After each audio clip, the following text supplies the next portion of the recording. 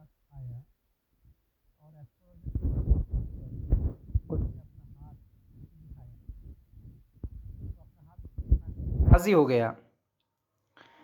कुछ उनकी हैगलिंग हुई, कुछ बार्गेनिंग हुई पैसों को लेकर और दोनों की रजामंदी बनी और एस्ट्रोलॉजर अब उसको अपना यानी कि उस स्ट्रेंजर का मुस्तकबिल बता रहा है। So what he is telling him, we have to see this. So now let's see this. You just open your textbook and on page number 5, let's see the next paragraph. It begins with stop said the other. तो stop said the other से paragraph हमारा शुरू होगा। इसके तरफ आपको आपकी नज़र रखनी है और आगे का पैराग्राफ हम आपको समझाने की कोशिश करते हैं। So let's see the next paragraph. Stop said the other. I don't want all that. Shall I succeed in my present search or not? Astrologer ने उससे कहा कि दूर दराज में कोई औरत है। जब ऐसा उसने उससे कहा तो स्ट्रेंजर ने, उस अजनबी ने उससे कहा कि बकवास की बातें मेरे सामने मत करो, ये बातें मुझे नहीं सुनना है। मुझे ये बताओ कि जिस चीज़ की तलाश मैं कर रहा हूँ वो चीज़ मुझे हासिल होगी कि नहीं। आंसर दिस एंड गो, इसका जवाब मुझे दो और जाओ। Otherwise I will not let you go till you disgorge all your coins, वरना मैं तुमको यहाँ से नहीं जाने दूंगा जब तक तुम सारे अपने कॉइन्स, तुमने आज दिन भर में जितना भी अपना धंधा किया है, जितना भी अपना व्यापार किया है, तो सारे कॉइन्स मैं तुमसे ले लूँगा और तुम्हें नहीं जाने दूंगा। The astrologer muttered a few incantations and replied. Astrologer ने कुछ जादुई लफ्ज़ बोले और कहने लगा, all right I will speak, ठीक है मैं बोलूँगा, but will you give me a rupee if what I से इज़ कन्विंसिंग। लेकिन क्या तुम मुझे 1 रुपया दोगे अगर जो भी मैं कुछ कहूँ और तुम उससे मुत्तफिक हो, सेटिस्फाइड हो जाओ, तो क्या तुम मुझे 1 रुपया दोगे। Otherwise I will not open my mouth, वरना मैं मेरा मुंह नहीं खोलूँगा। And you may do what you like, और फिर तुमका दिल में जो भी आए तुम वो कर लो, लेकिन मैं अपना मुंह नहीं खोलूँगा। The astrologer said you were left for dead, am I right. Astrologer कहने लगा, you were left for dead, तुमको मरने के लिए छोड़ दिया गया था। एम आई राइट, क्या मैं सही हूँ। आह, टेल मी मोर, इसके ऊपर वो जो अजनबी था उसे बड़ा ताज्जुब हुआ। वो कहने लगा, और भी बताओ, मुझे और भी बताओ। A knife has pass through you once, एक बार चाकू तुमसे आर पार हो चुका है। सेड द एस्ट्रोलॉजर, एस्ट्रोलॉजर कहने लगा।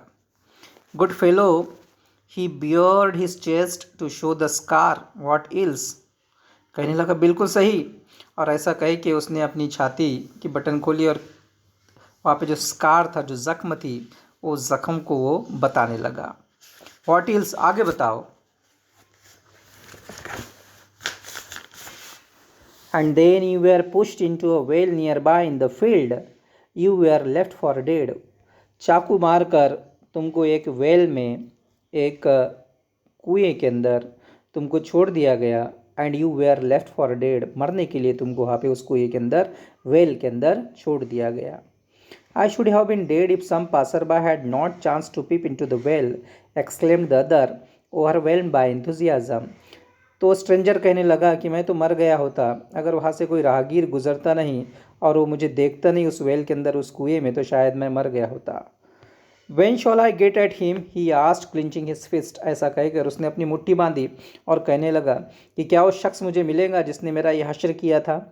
क्या मैं उसको हासिल कर पाऊँगा, क्या मैं उससे मिल पाऊँगा जिसने मेरा ये हश्र किया था।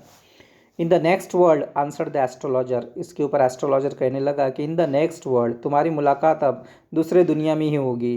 ही डाइड 4 months एगो इन अ फार ऑफ टाउन, क्योंकि उसकी मौत हो चुकी है 4 महीने पहले ही दूर दराज के एक शहर के अंदर उसकी मौत हो चुकी है। He will never see any more of him, अब उसको तुम कभी भी मिल नहीं पाओगे। The other ग्रोन्ड on hearing it, stranger जो था थोड़ा सा मायूस हुआ, ग्रोनिंग करने लगा, अपने आप को कोसने लगा। द एस्ट्रोलॉजर प्रोसीडेड, एस्ट्रोलॉजर कहने लगा, गुरु नायक, उसने गुरु नायक का नाम लिया। You know my name, the other said taken a bag. जब उसने गुरु नायक करके कहा तो जो स्ट्रेंजर था, जो अजनबी था, वो अजनबी उसको बहुत सरप्राइज हुआ कि ये मेरा नाम कैसे जानता है। As I know all other things Guru Nayak, listen carefully to what I have to से।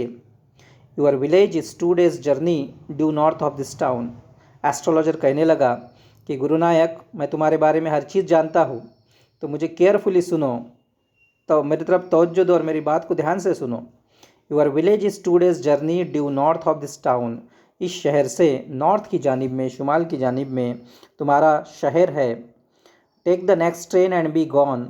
ट्रेन लो, ट्रेन पकड़ो, आने वाली इसके बाद जो ट्रेन आएंगी उसको पकड़ो और यहाँ से चले जाओ, क्योंकि I see once again great danger to your life if you go from home.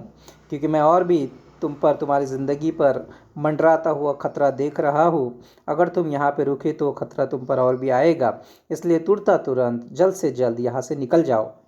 He took out a pinch of sacred ash and held it to him.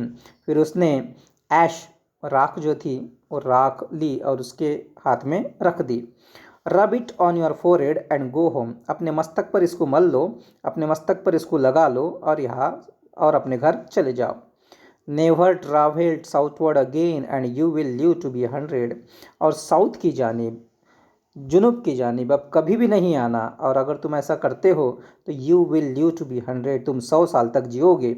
ऐसे एस्ट्रोलॉजर ने उस स्ट्रेंजर को कहा, यानी कि गुरु नायक को कहा। Why should I leave home again, भला मैं अब घर क्यों छोड़ूंगा।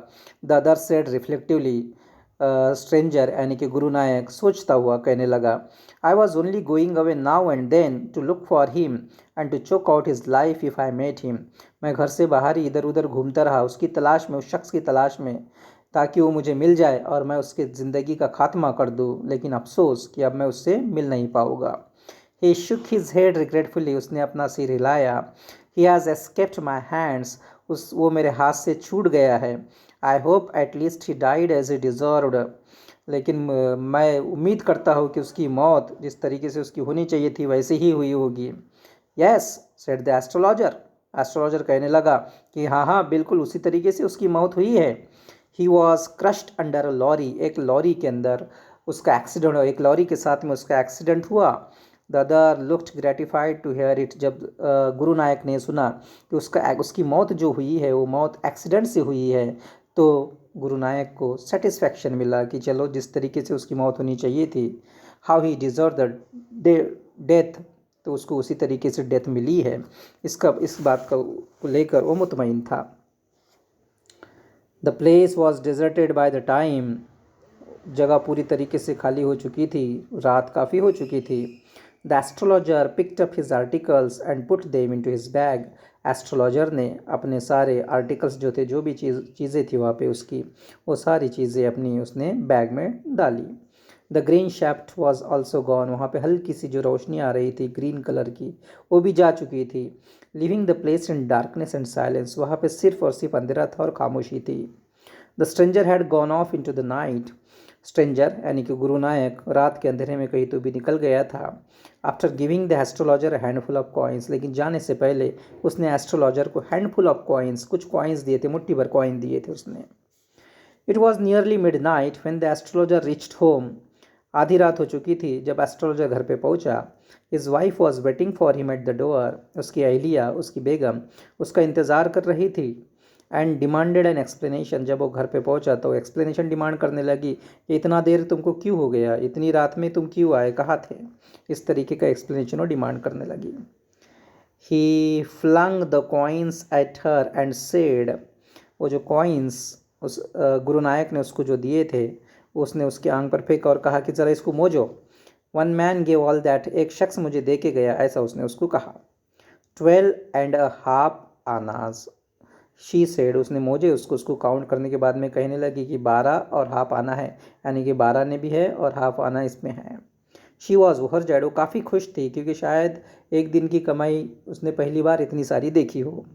आई can buy some jaggery and coconut tomorrow, और कहने लगी कि कल मैं कुछ गुड़ खरीद कर ले आओगी और कोकोनट खरीद कर ले आओगी। The child has been asking for sweets for so many days now, मेरी बच्ची काफ़ी दिनों से स्वीट्स की डिमांड कर रही है, मिठाई की डिमांड कर रही है।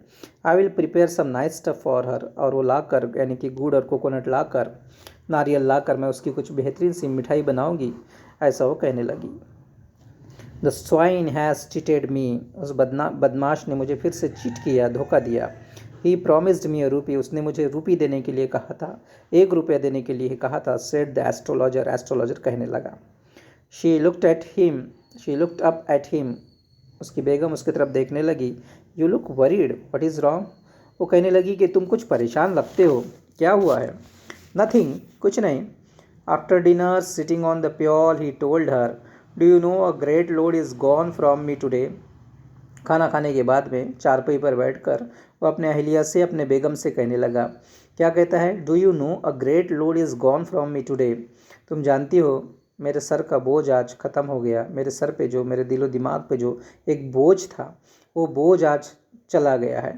I thought I had the blood of a man on my hands all this days, मुझे ऐसे लगता था कि मैंने किसी का खून किया है, मेरे हाथ खून से रंगे हुए हैं, ऐसा मुझे लगता था। That was the reason why I ran away from home, और ये वही वजह थी जिसकी वजह से मैं घर से भाग गया था और एस्ट्रोलॉजर बन गया था। सेटल्ड हर हेयर, यहाँ पे सेटल्ड हुआ, एंड मैरिड यू, और तुम्हारे साथ मेरी मैरिज हुई। ही इज़ अलाइव, लेकिन आज मैंने उस शख्स को देखा जिसके बारे में मुझे लगता था कि मैंने उसका खून कर दिया है, लेकिन वो ज़िंदा है। She gasped, you try to kill him, उसकी बेगम खौफ से बोलने लगी कि तुमने उसको मारने की कोशिश की थी। Yes, in our village, astrologer कहने लगा कि हाँ, हमारे देहात में। When I was a silly youngster, जब मैं यंगस्टर था, बिल्कुल नौजवान सा था, लेकिन बहुत बेवकूफ़ किस्म का था। वी ड्रैंक, हमने शराब पी, गैम्बल्ड, जुआ खेला, एंड कॉरल्ड बैडली वन डे, और एक दिन बहुत बुरी तरीके से हम लोगों ने लड़ाई की। और इसी की लड़ाई के दौरान उसको मेरे हाथ से चाकू लग गया और मैंने उसको वेल के अंदर, कुएं के अंदर फेंक दिया। Why think of it now, चलो छोड़ो इन बातों को, क्यों सोचो उन बातों के बारे में। टाइम टू स्लीप, अब सोने का वक्त हो गया है। ही सेड यॉर्निंग, उसने जमाई ली, and stretched himself on the pyol, और उस चारपाई के ऊपर अपने आप को सुला दिया। तो इस तरीके से एक बेहतरीन कहानी है जो कि आर के नारायण ने लिखी है। तो प्यारे बच्चों, ये कहानी को आप फिर से एक बार दोबारा पढ़िए, इसके अंदर के हार्ड मीनिंग जो है उसको निकालने की कोशिश कीजिए। ग्रामर की कुछ एक्सरसाइज दी है, उसको सॉल्व करने की कोशिश कीजिए। कुछ वोकेबलरीज़ है, वोकेबलरी की कुछ मीनिंग्स है, वर्ड मीनिंग्स है, उसको ज़रा देखिए। और साथ ही साथ इसके पहले के वीडियो में हमने एक्सरसाइज के ताल्लुक से कुछ पीडीएफ भेजी है, उसका भी स्टडी आप डिटेल में कीजिए ताकि एग्ज़ाम का प्रिपरेशन आपका इस लेसन के ताल्लुक से हो जाए। आने वाले वीडियो में इंशाल्लाह हम नेक्स्ट लेसन शुरू करेंगे। तब तक के लिए अल्लाह हाफिज़।